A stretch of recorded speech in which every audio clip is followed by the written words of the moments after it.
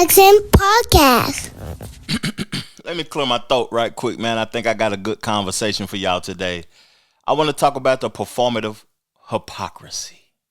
You know, the viral moment that's going on with the crypto guys and everything that happened in D.C. just the other day with Nelly, Soldier Boy, Rick Ross, Snoop Dogg, and all of the foolishness that's going on with that conversation, man, because I'm not into like reacting with emotions and feelings more than I am solutions and solving problems and awareness. I like to be aware.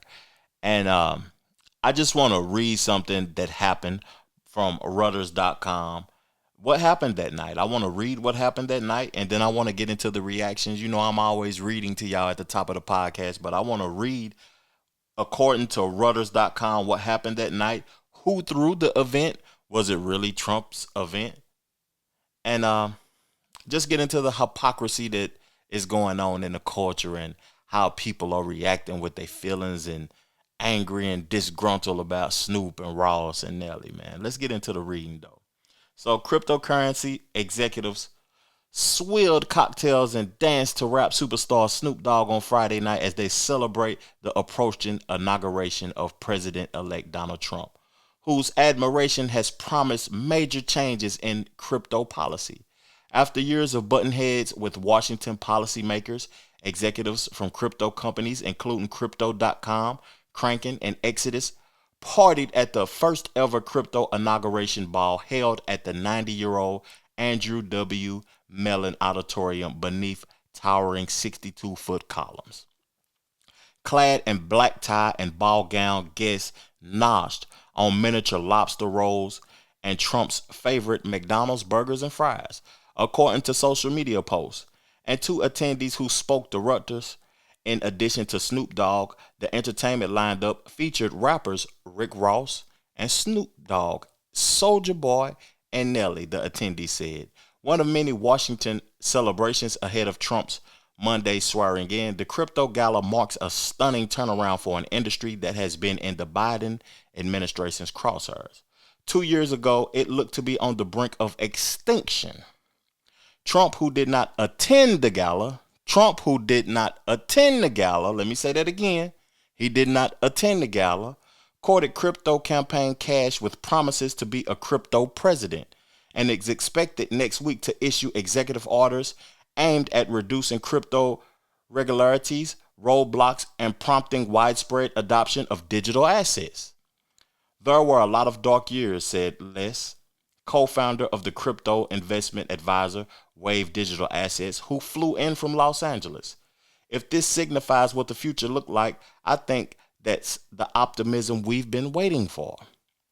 Swag included Make Bitcoin Great Again, red baseball caps, and American flag pins with the symbol for Gemini and Invent sponsors. And crypto exchange founded by Cameron and Tyler, I can't pronounce his last name, I'm sorry, who backed Trump's campaign, sold out nearly $2,500 for each general admission. The ball's website said, but for a cool $100,000, VIP packages provided FaceTime with tech entrepreneur, Trump incoming crypto czar, and the gala's MC, according to attendees at the crypto media outlets. So what I take from that, what they said that happened that night, is Trump wasn't there. The party was through by the czars and the heads of the crypto situation.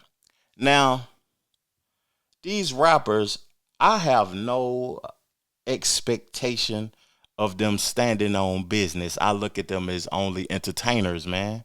And I think that's how everybody should look at them. I know they preach and rap about being real niggas and all of this, but what is a real nigga at the end of the day? Define it for me. Is it a definition in the Webster's dictionary of what a real nigga is? Because my opinion, I don't think it exists. I just don't think it exists.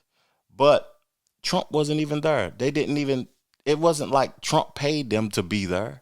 He just was attending. He was a guest also.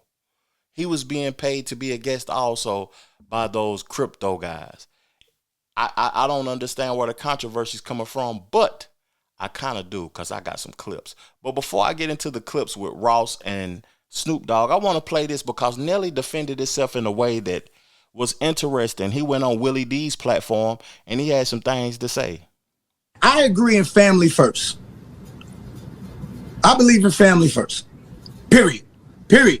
Family before politics. Family above and beyond. Like, right? Like, so now we don't always seem like we're making those choices sometimes when when we grow up the way that we grow up. Sometimes when we in the hoods and we're doing certain things, it's like, no, you're not putting your family first when you out there hustling, or you're not really putting your family first. Like, we can rationalize that and say that we are.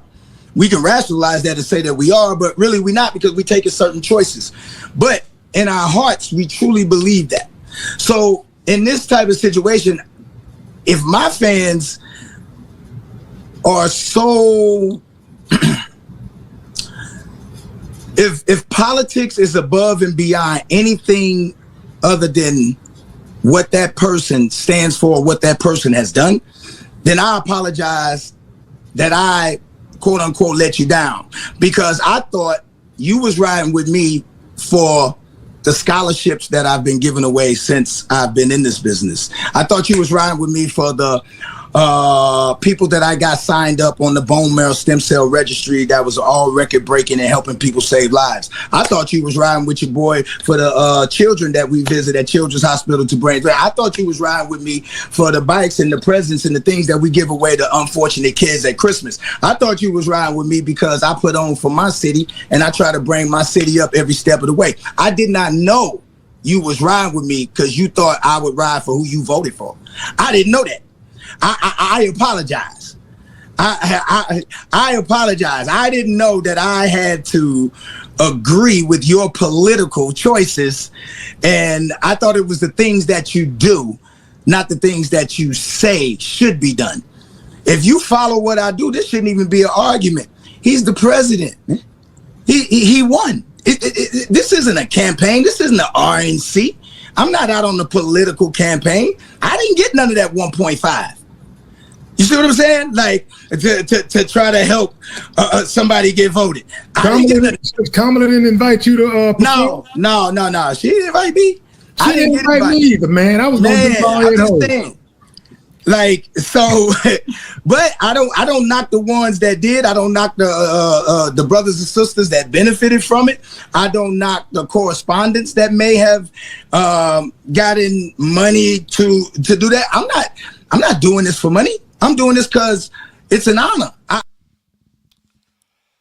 It's interesting to hear Nelly's take on that, because, like, when I think about politics, first and foremost, I think about people that's consistently lying to obtain power to do for the people that's in their best interest. Now, when I think about leadership in America, I don't think no president has ever done anything specific for black people, including Barack Obama. Barack Obama, his perspective, he did more for the LGBTQ community. They don't even identify as us first. They identify as black. I mean, they identify as LGBTQ before they identify as black. Just real talk. And why is it wrong to perform at Trump's inauguration? Like, why is it wrong? We don't know who Nelly voted for, but if he did vote for Trump, why is it wrong? That's your freedom. That's your right to do. To vote for whoever you choose to vote for that you think is in the best interest of your family, not nobody else. You know, we want to stand together and be unified as a whole and everything. But at the end of the day, what are we sacrificing for each other as a whole? What are you doing for your neighbor that looks like you? Once you get a bag or you move it out of your neighborhood, I'm guilty of it. I ain't get ready to cap. I'm guilty of it. I'm gone, far removed from my neighborhood. But at the end of the day, what's the problem with him performing and getting a bag from performing at Trump's inauguration. Is that saying that you in support of what Trump doing, or are you just going to get a bag to feed your family? And sometimes should you sacrifice the bag to show your people that this bag isn't worth it at the moment? I'm sacrificing for y'all. My kids ain't gonna get and do what we need to do and achieve and accomplish this month because I'm supporting y'all. Or y'all gonna support me back? Because majority of the people that buy Nelly records don't look like him. Real talk. I ain't shooting down my people. I love us. Majority of the people that send in cash apps and stuff don't look like me. The majority of the people that support my podcast don't look like me.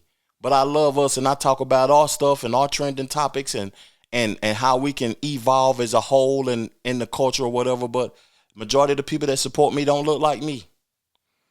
Real talk. But let me let them finish the conversation, man. Getting passionate about this.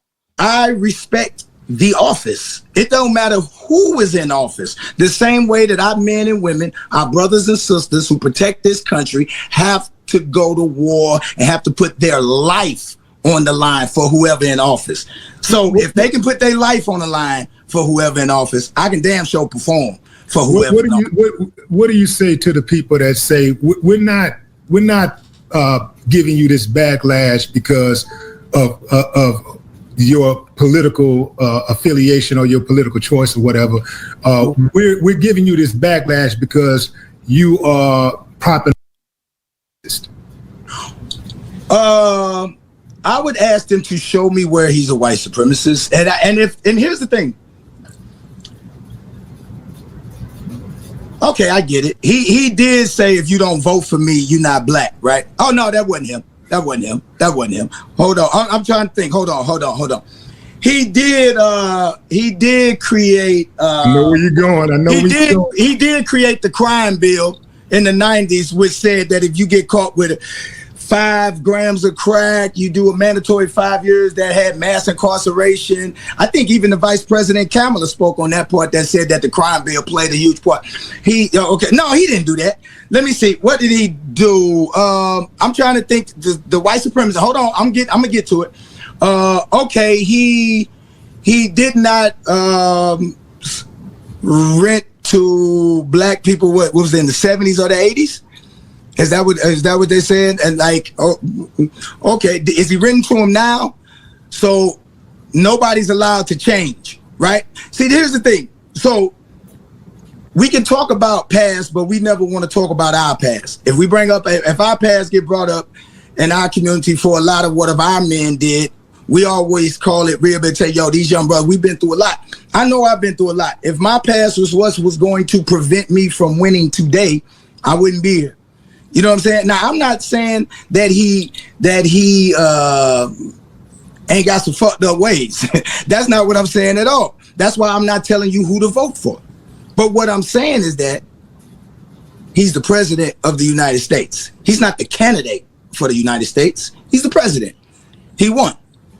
I think if Trump, some of these ways, like, with the housing discrimination that he participated in back in the 80s, if that was a one-off, if that was, or even if he had some other things going on where he looked like a bigot to us, that might be one thing. But it's another thing when he starts saying things like when you have a situation where you have black folks getting their heads blown off by the police with impunity, and Trump says, I'm going to give them even more impunity. Hold on.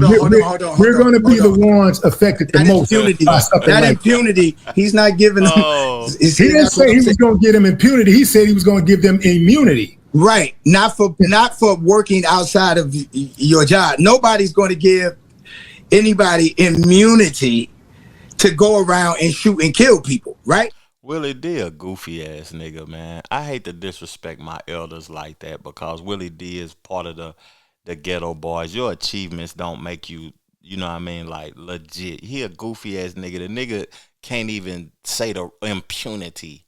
Nigga, it's qualified immunity. And I'm gonna break down what qualified immunity is because it's not a bad thing. It's not going around saying that they can shoot people at will.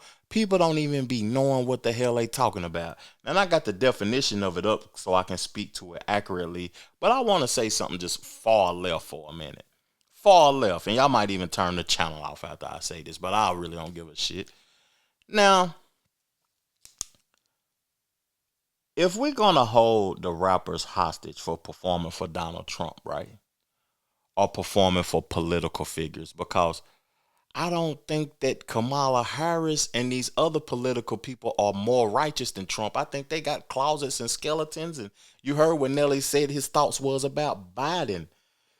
That was an interesting take. The crime bill and all of that stuff he contributed to. Was he a racist?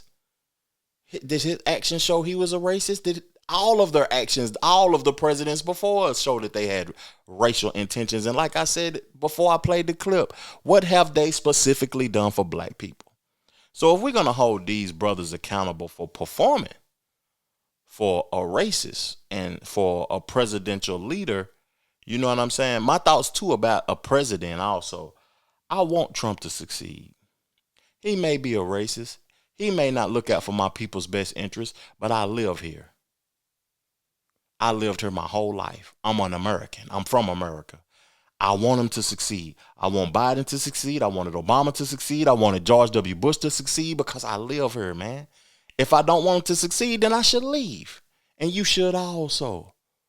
If you live in a country where you want the leader of the country to fail, leave and go be led by another leader of another country and see how fast you'll swim back over here. Real talk. Now I want to say something totally left where my mind went when I was listening to Nelly talk. He's receiving backlash for performing at the inauguration for the leader of the country, who he should be. It is a celebration, man, because we should want him to succeed. If he don't succeed, then you don't succeed. Do we look at it like that? Now, the NBA, all entertainers, this is just my thoughts. All entertainers, stop entertaining for all black men. Stop playing football for the NFL. You don't think that they got racist leadership in there? Stop playing basketball for the NBA. Stop watching the NBA. You going off on Nelly and people of Rick Ross and everything, even though they got a lot of hypocritical things that they talking about.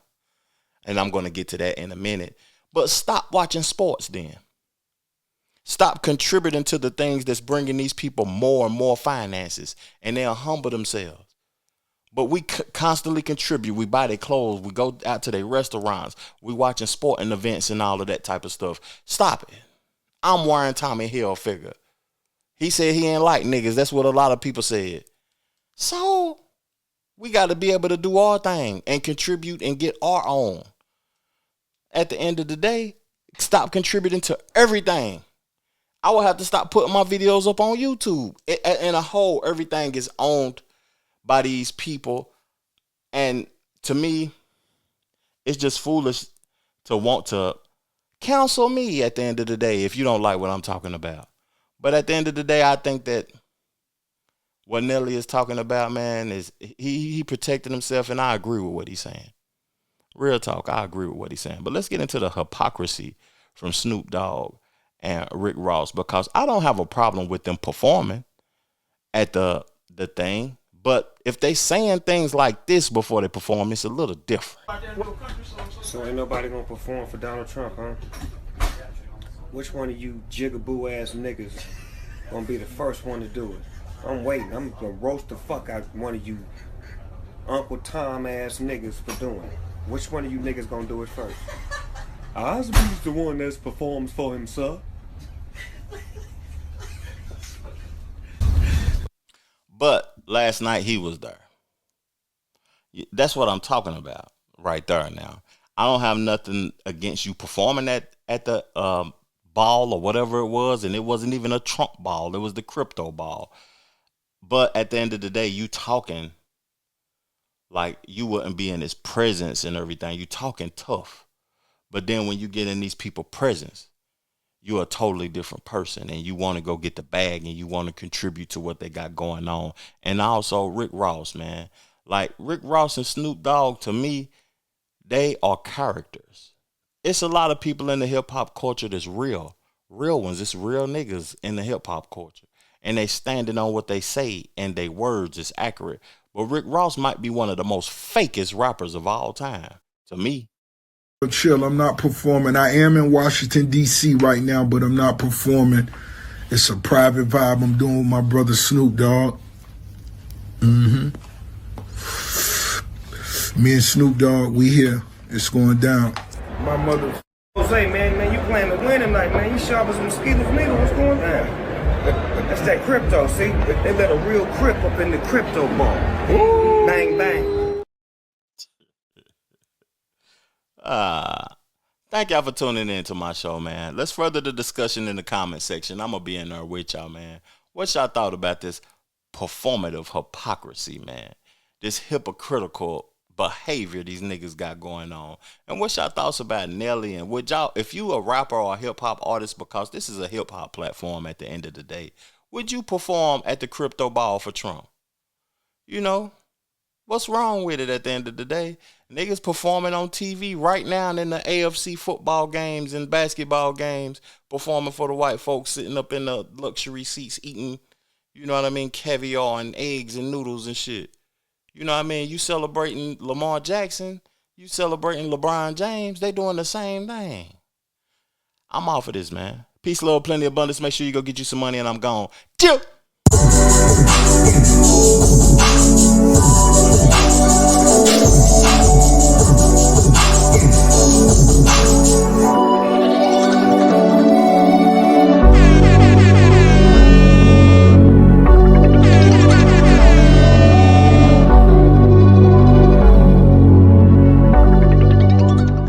The Trevor Jackson Podcast.